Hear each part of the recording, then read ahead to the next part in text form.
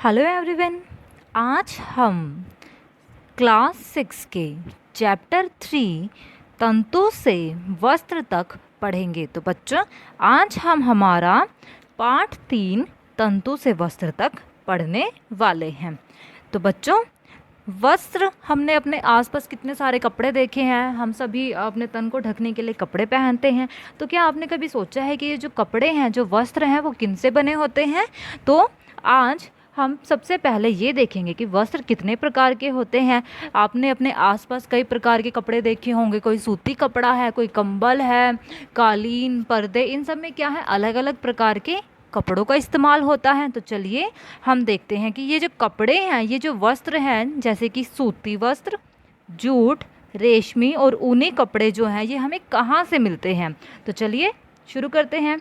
कुछ वस्त्रों जैसे सूती, जूट, रेशमी तथा ऊनी के तंतु पादप और जंतुओं से प्राप्त होते हैं। यानी कि बच्चों, ये जो वस्त्र हैं, जो कपड़े हम पहनते हैं, ये कई सारे तंतुओं से बने होते हैं। और ये तंतु हमें कहाँ से मिलते हैं? हमें ये मिलते हैं पादप यानी पौधों और जानवरों से प्राप्त होते हैं। और इन्हें क्या कहते हैं? प्राकृतिक तंतु कहते हैं। यानी कि जो तंतु हमें पौधों से, पादपों और जंतुओं से प्राप्त होते हैं, वह प्राकृतिक तंतु कहलाते हैं। और तंतु क्या होता है? सबसे पहले हमें इन पौधों और जानवरों से तंतु मिलते हैं। तंतुओं से हम धागा बनाते हैं और उस धागे से बनते हैं कपड़े। तो यानी कि किसी भी कपड़े को बनाने का पहला स्टेप क्या होता है? तंतु होता है। हमें पौधों से और जानवरों से क्या मिलते हैं? तंतु। तंतु से हम बनाते हैं धागा, धागा से बनता है कपड़ा। और जो तंतु हमें पौधों और जानवरों से मिलते हैं, उन्हें प्राकृतिक तंतु कहते हैं। रुई तथा जूट पादपों से प्राप्त होने वाले जंतुओं के उदाहरण है। यानी कि जो कॉटन है, रुई है, जो आपने अपने आसपास कितने सारी रुई देखी है, हमारे घर पे भी रुई पाई जाती है। जो कॉटन के कपड़े हम पहनते हैं, सूती कपड़े जिन्हें हम कहते हैं, ये जो रुई और जूट यानी कि पटसन है, ये हमें पौधों से प्राप्त होने वाले तंतुओं के उदाहरण है। ये हमें किससे मिलते हैं? पौधों से मिलते हैं। ऐसे ही ऊन तथा रेशम जंतुओं से प्राप्त होते हैं। ऊन जिससे स्वेटर बनती है, और रेशम का जो कपड़ा होता है, वो हमें किससे मिलते हैं? जंतुओं से मिलती है। इसलिए ये जंतुओं से प्राप्त होने वाले तंतु हैं। ऊन हमें भेड़ अथवा बकरी की कर्तित ऊन से प्राप्त होती है। ऊन हमें किससे मिलती है? भेड़ बकरी की जो शरीर पे बाल होते हैं, जो ऊन होते हैं, उसको उधेड़ा जाता है, उससे ऊन बनाई जाती है। तो यानी ऊन हमें भेड़ तथा बकरी की कर्तित ऊन से प्राप्त होती है। इसे खरगोश, याक तथा ऊँटों के बालों से भी प्राप्त किया जाता है।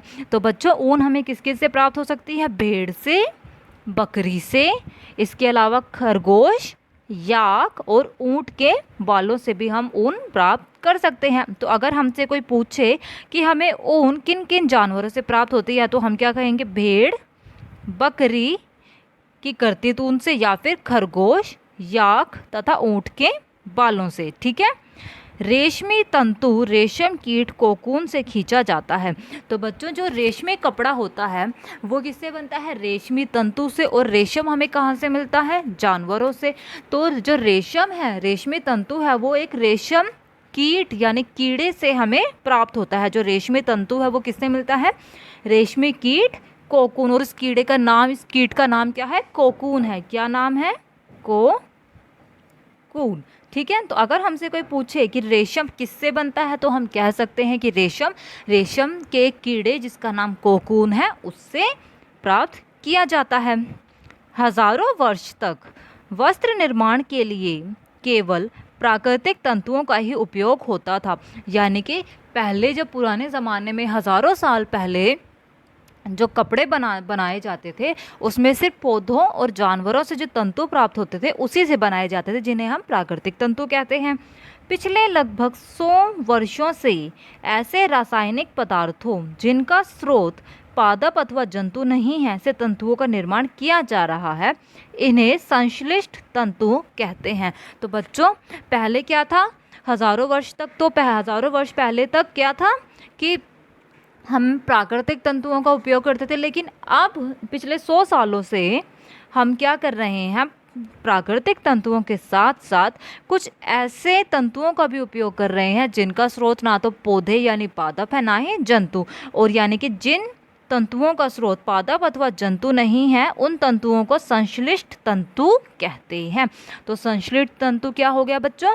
जिनका स्रोत ना तो पादप है और ना ही जंतु। और संश्लिष्ट तंतु के उदाहरण क्या हैं? पॉलिएस्टर, नायलॉन और एक्रिलिक संश्लिष्ट तंतुओं के उदाहरण, यानी संश्लिष्ट तंतुओं के उदाहरण क्या क्या हो गए? पॉलिएस्टर, नायलॉन और एक्रिलिक। ठीक है, तो ये हो गए हमारे संश्लिष्ट तंतु। तो बच्चों, तंतु कितने प्रकार के होते हैं? प्राकृतिक तंतु और संश्लिष्ट तंतु, यानी ये दो प्रकार के हैं। प्राकृतिक तंतु जो हमें पादप और जंतुओं से मिलते हैं, और संश्लिष्ट तंतु क्या हो गए? जो हमें पादप और जंतुओं से नहीं मिलते हैं। ये इसके उदाहरण क्या है? पॉलिएस्टर, नायलॉन और एक्रिलिक संश्लिष्ट तंतुओं के कुछ उदाहरण हैं। अब हम पढ़ेंगे कुछ पादप तंतु, यानी कि पादप यानी पौधों से प्राप्त होने वाले तंतु। सबसे पहले है रुई। तो चलिए रुई के बारे में पढ़ते हैं। क्या आपने कभी तेल के लैंपों के लिए बत्तियां बनाई हैं? इन बत्तियों को बनाने के लिए आप क्या उपयोग में लाते हैं? इस रुई का उपयोग गद्दों, रजाइयों अथवा तकियों में भी किया जाता है। तो बच्चों, जब भी हमें लैंप में, जो तेल के लैंप होते हैं, उसमें हम रुई की एक बत्ती बनाते हैं और उसे जलाते हैं, तो ये क्या है? रुई है। और इसी रुई का उपयोग हम तकियों में भरने के लिए भी करते हैं, गद्दों में भरने के लिए भी हम रुई का उपयोग करते हैं। तो ये रुई क्या है? एक पादप तंतु का उदाहरण है। अब कुछ रुई लीजिए, इसे खींचकर पृथक कीजिए। आपको क्या करना? थोड़ी सी रुई लेनी है। अगर हम उसे खींचेंगे और अलग करेंगे तो इसके किनारों को हमें ध्यान से देखना है। आपने क्या प्रेक्षण किया? ये छोटी पतली लड़ियाँ जिन्हें आप देख रहे हैं कपास तंतुओं से बनी है। यानी कि बच्चों, जब हम रुई को खींचेंगे तो उसमें पतली पतली सी लड़ियाँ बन जाएंगी, और ये जो लड़ियाँ होंगी वो क्या है? कपास तंतु। तो ये जो लड़ियाँ हैं ये कपास तंतुओं से बनी है, और जब ये कपास तंतु सभी इकट्ठे हो जाते हैं तो उससे रुई बनती है। रुई कहाँ से आती है? इसे खेतों में उगाया जाता है। यानी कि अगर हमसे कोई ये कहे कि रुई कहाँ से आती है, तो रुई की बच्चों खेती की जाती है, इसे खेतों में उगाया जाता है। साधारणतया कपास के पौधे वहाँ उगाए जाते हैं जहाँ की मृदा काली और जलवायु उष्ण होती है। यानी कि जो रुई है उसकी खेती कहाँ की जाती है? रुई की खेती को बच्चों कपास की खेती भी कहते हैं। तो कपास की खेती कहाँ की जाती है? जहाँ पर मिट्टी काली हो, यानी काली मिट्टी जहाँ की हो वहाँ पे, और जहाँ की जलवायु उष्ण हो। तो रुई की खेती के लिए हमें काली मृदा और उष्ण जलवायु की आवश्यकता होती है। क्या आप ऐसे कुछ राज्यों के नाम बता सकते हैं जहाँ हमारे देश में कपास की कृषि की जाती है? तो बच्चों, हमें ऐसे कौन उन राज्यों के नाम भी बताने हैं जहाँ पे कपास की कृषि की जाती है। आप अपना जवाब कमेंट सेक्शन में लिख सकते हैं। कपास पादप के फल कपास गोलक लगभग नींबू की माप के होते हैं। पूर्ण परिपक्व होने पर बीज टूटकर खुल जाते हैं, और अब कपास तंतुओं से ढके बिनोले को देखा जा सकता है। यानी कि जो कपास पौधे के जो फल होते हैं जिसे कहा जाता है कपास गोलक, वो किसके आकार के होते हैं? लगभग नींबू के माप के होते हैं। जब ये पूरी तरीके से परिपक्व हो जाते हैं, पूरी तरीके से मैच्योर हो जाते हैं, ये तो इसके जो बीज हैं इसके अंदर ये टूट कर खुल जाते हैं, और जब ये खुलते हैं तो हम रुई को, जो कपास तंतु से ढके हुए बिनोले हैं, उसको हम देख सकते हैं। जैसा कि चित्र में भी आप देख रहे हैं यहाँ पे, ये क्या है? एक कपास गोलक था जो कि परिपक्व होने के बाद खुल गया, और उसके बाद हम जो रुई से ढके हुए कपास तंतु हैं उसको हम देख सकते हैं। क्या आपने ऐसा कपास खेत देखा है जो कपास चुने जाने के लिए तैयार हो चुका है? इस समय खेत कपास के परिफूलों से इतना श्वेत हो जाता है जैसे हिम ने ढक ली है। तो बच्चों, जैसा कि आप ये पिक्चर देख रहे हैं, इसमें सभी कपास जो है वो कपास गोलक, जो कपास का जो फल है वो खुल गया है इस टाइम पे, और हर जगह सफ़ेद सफ़ेद लग रहा है। तो ऐसा लगता है जैसे कि बर्फ़ से वो खेत ढका हुआ है। साधारणतया इन कपास बोलों से कपास को हाथ चयन द्वारा प्राप्त किया जाता है। यानी कि ये जो कपास होता है, जो कपास खुल जाता है पौधे पे, उसको हम हाथों के द्वारा इकट्ठा करते हैं। जो अच्छा कपास होता है उसको हम हाथों के द्वारा उसका चयन करके इकट्ठा कर लेते हैं। उसके बाद इसके पश्चात कपास से बीजों को कंकतन द्वारा अलग किया जाता है, यानी कपास के अंदर जो उसके बीज होते हैं उसको किस विधि के द्वारा अलग किया जाता है? कंकतन के द्वारा पृथक किया जाता है, और इस प्रक्रिया को कपास ओटना कहते हैं। तो बच्चों, हमसे अगर कोई ये कहे कि कपास ओटना किसे कहते हैं, तो कपास ओटना क्या है? कपास से बीजों को पृथक करना कपास ओटना कहा जाता है, और पृथक करने के लिए हम कंकतन का प्रयोग करते हैं, यानी कपास से बीजों को कंकतन के द्वारा पृथक करना कपास ओटना कहा जाता है। ठीक है। पारंपरिक ढंग से कपास हाथों से ओटी जाती थी, यानी कि पुराने तरीके से, अगर पारंपरिक तरीके से देखें, जो कपास है वो कैसे ओटी जाती थी, यानी कपास से उसके बीजों को अलग हाथों के द्वारा किया जाता था। आजकल कपास ओटने के लिए मशीनों का उपयोग भी किया जाता है, यानी कि यहाँ पे आप ये पिक्चर देख रहे हैं, इसमें क्या किया जा रहा है? कपास ओटने की प्रक्रिया को दर्शाया जा रहा है, जिसमें कपास से उसके बीजों को अलग किया जा रहा है। ठीक है। तो बच्चों, अब हम पढ़ेंगे अपना अगला पादप तंतु, जो कि है जूट, जिसे हम पटसन भी कहते हैं।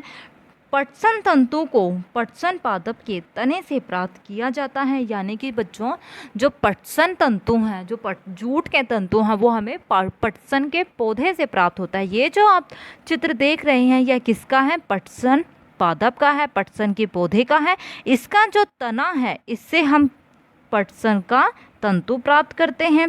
भारत में इसकी खेती वर्षा ऋतु में की जाती है, यानी कि पटसन की खेती भारत में वर्षा ऋतु के समय की जाती है, और भारत में पटसन को प्रमुख रूप से पश्चिम बंगाल, बिहार और असम में उगाया जाता है। तो अगर हमसे कोई ये पूछे कि भारत में पटसन की खेती प्रमुख रूप से किन राज्यों में की जाती है, तो हम क्या कहेंगे?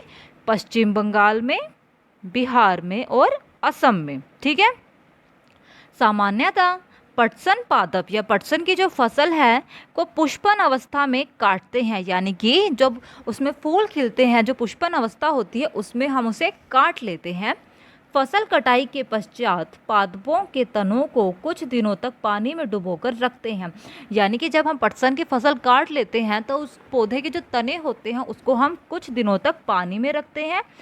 ऐसा हम इसलिए करते हैं ताकि तने गल जाएं और उन्हें पटसन तंतुओं से हाथों द्वारा अलग कर दिया जाए, यानी कि ऐसा करने पर जब हम जो पटसन के जो तने हैं उसको हम जब जल में डुबो देते हैं, तब ऐसा करने पर जो तने हैं वो गल जाते हैं और उन्हें पटसन तंतुओं से हाथों द्वारा पृथक कर लिया जाता है। ठीक है। यानी कि हम हाथों के द्वारा ही पटसन तंतुओं से हाथों के द्वारा हम उसे अलग करते हैं तनों को। ठीक है।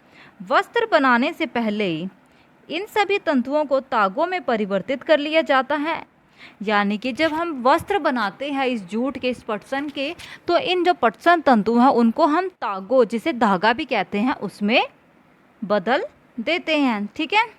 अब हम देखेंगे कि हम इन्हें धागों में कैसे बदलते हैं, यानी सूती तागे की कताई। तो चलिए आप स्वयं सूती तागा बनाने का प्रयास कर सकते हैं। एक हाथ में कुछ रुई पकड़िए, दूसरे हाथ के अंगूठे और तर्जनी के बीच कुछ रुई की चुटकी भरिए और इसे धीरे धीरे रुई से बाहर की ओर खींचिए तथा रेशों को लगातार ऐंठते भी रहिए। क्या आप तागा बना सकते हैं? तो बच्चों, जब आप ऐसा करेंगे, रेशों से तागा बनाने की प्रक्रिया को कताई कहते हैं। तो बच्चों, जो रेशे से हम धागा बनाते हैं उसकी प्रक्रिया को क्या कहते हैं? कताई। यानी कि एक हाथ में जब हमने कुछ रुई ली और उसे अपने अंगूठे और तर्जनी के बीच हमने उस चुटकी भरी और उसे धीरे धीरे से हमने बाहर की ओर खींचा, तो रेशे जो थे वो लगातार खींचते गए और धीरे धीरे तागे में बदल गए, और जो रेशों से तागा बनाने की ये जो प्रक्रिया थी इसको हम कताई कहते हैं। इस प्रक्रिया में रुई के एक पुंज से रेशों को खींचकर ऐंठते हैं। ऐसा करने से जो रेशे हैं पास पास आ जाते हैं और तागा बन जाता है। यानी कि जब हम रुई के एक पुंज से रेशे को खींचकर हम उसे ऐंठते हैं तो ऐसा करने से जो रेशे हैं वो आसपास आ जाते हैं और एक दूसरे चिपक जाते हैं और वो एक धागे में बदल जाता है और रेशे से धागा बनाने की प्रक्रिया को हम कताई कहते हैं। ठीक है। कताई के लिए एक सरल युक्ति हस्त तकुआ का उपयोग किया जाता है जिसे तकली कहते हैं। यानी कि कताई के लिए हम एक सरल युक्ति का उपयोग करते हैं जिसे हस्त तकुआ कहा जाता है और हस्त तकुआ का जो उपयोग होता है उसे हम तकली कहते हैं। हाथ से प्रचलित कताई में उपयोग होने वाली एक अन्य युक्ति चरखा है। यानी कि रेशे से धागा बनाने के लिए जो तंतु से हम धागा बनाते हैं उसकी दो हम युक्तियों का उपयोग करते हैं। एक तो हस्त तकुआ जिसे तकली कहते हैं और दूसरा है चरखा। चरखा और तकली विधि से हम क्या कर सकते हैं, धागा बना सकते हैं। चरखे के उपयोग को राष्ट्रपिता महात्मा गांधी ने स्वतंत्रता आंदोलन के एक पक्ष के रूप में लोकप्रियता प्रदान की थी। उन्होंने लोगों को हाथ कते धागों से बने वस्त्रों यानी जो खादी को पहनने और ब्रिटेन की मिलों में बने आयातित कपड़ों का बहिष्कार करने के लिए प्रोत्साहित किया था। खादी के प्रचलन को बढ़ावा देने के लिए भारत सरकार ने 1956 में एक संगठन का निर्माण किया जिसे खादी एवं ग्रामोद्योग आयोग कहा जाता है। यानी कि खादी के प्रचलन को बढ़ावा देने के लिए भारत सरकार ने 1956 में कब 1956 में एक आयोग का एक संगठन का निर्माण किया जिसे खादी एवं ग्राम उद्योग आयोग कहते हैं। तो बच्चों अगर हमसे कोई ये कहे कि खादी और ग्राम उद्योग आयोग का गठन कब हुआ था तो हम कह सकते हैं कि इसका गठन 1956 में भारत सरकार के द्वारा किया गया था। वृहद पैमाने पर तागों की कताई का कार्य कताई मशीनों की सहायता से किया जाता है।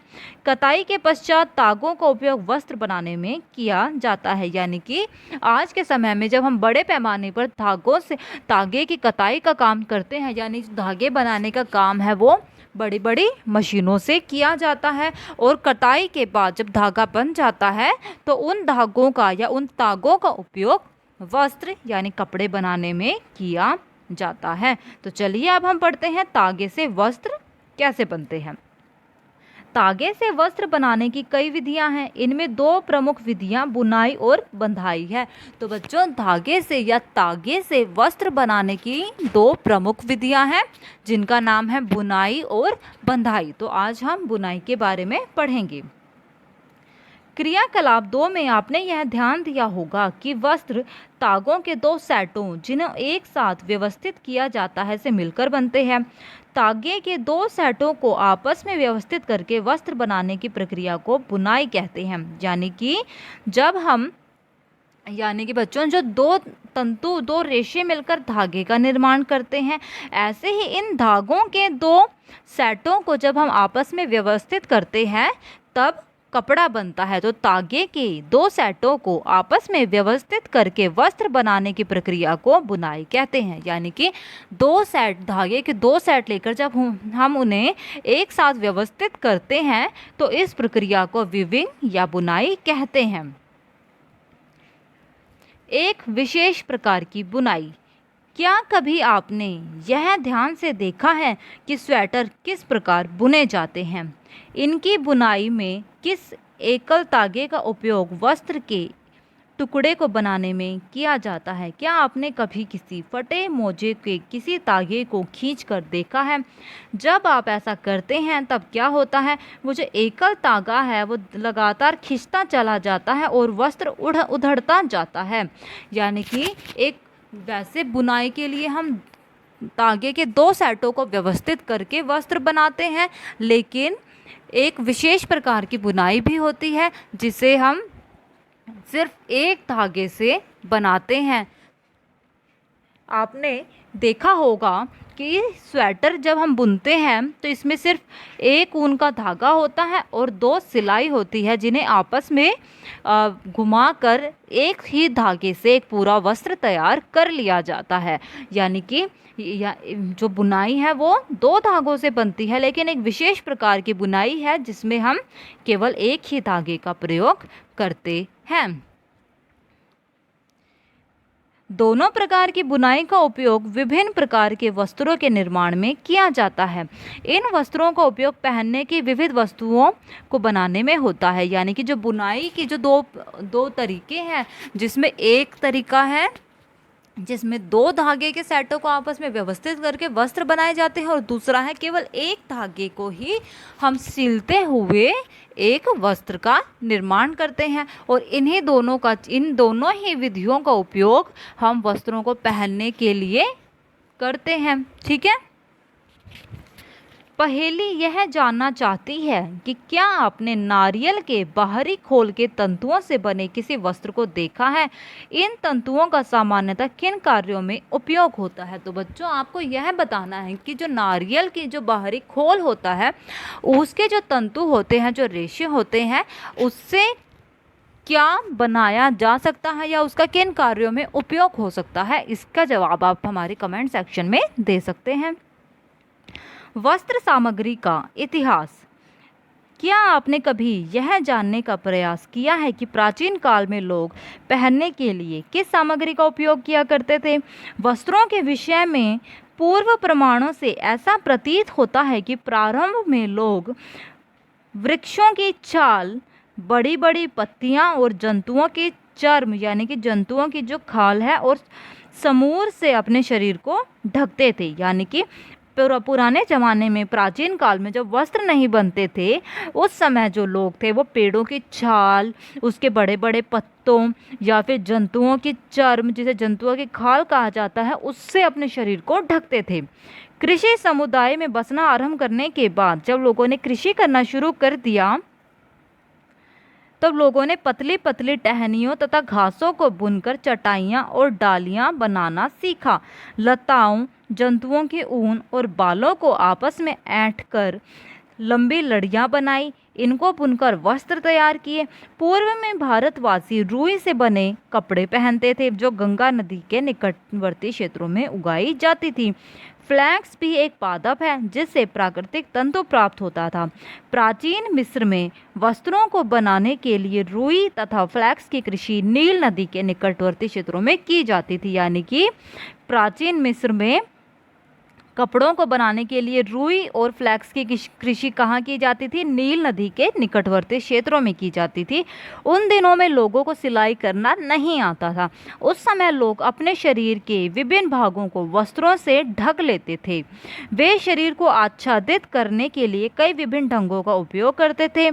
सिलाई की सुई के आविष्कार के साथ लोगों ने वस्त्रों की सिलाई करके कपड़े पहनने के लिए तैयार करना सीखा।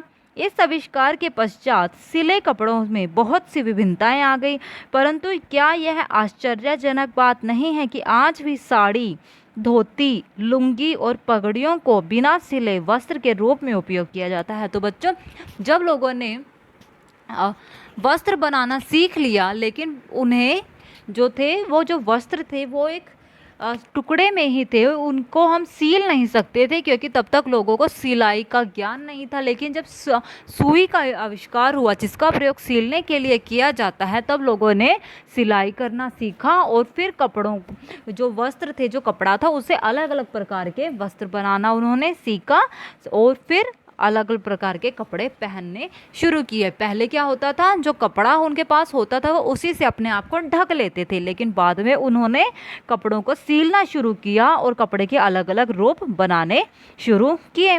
परंतु आज भी जो साड़ी है, धोती है, लुंगी, पगड़ी, उनको हम बिना सिले ही बांधते हैं। जिस प्रकार समस्त देश में खाए जाने वाले भोजन में अत्यधिक विभिन्नता देखने को मिलती है, ठीक उसी प्रकार वस्त्रों और पहनने की वस्तुओं में भी अत्यधिक विभिन्नता पाई जाती है।